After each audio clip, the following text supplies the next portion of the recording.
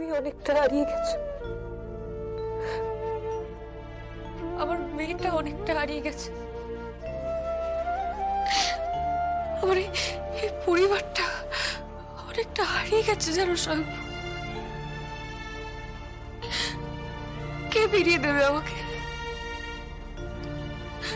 আমার এই সময়টা, আমার এই সময়টা কে ফিরিয়ে দেবে বলো?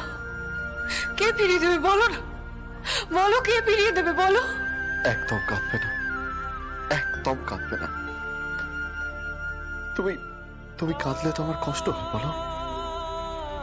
তোমাকে আমি বড্ড ভালোবাসি জগদ্ধাত্রী, বড্ড ভালোবাসি। কিন্তু জানো স্বয়ং,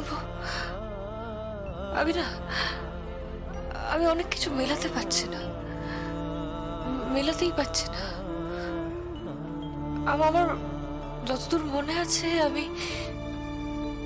আমি অপারেশন থিয়েটারে ছিলাম, আমার ব্রেন সার্জারি হলো, তারপরে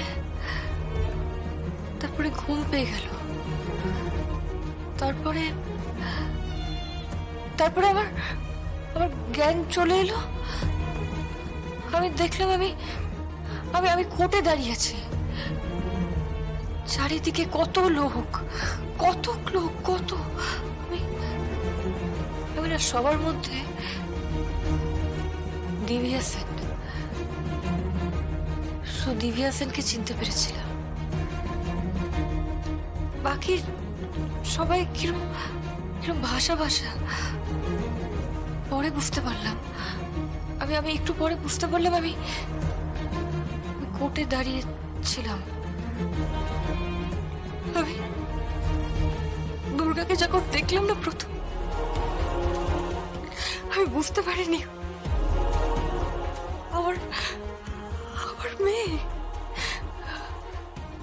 আমার এই প্রতিচ্ছবি আমার সামনে দাঁড়িয়ে আছে। এই মেয়েটাকে আমি জন্ম দিয়েছিলাম স্বয়ং,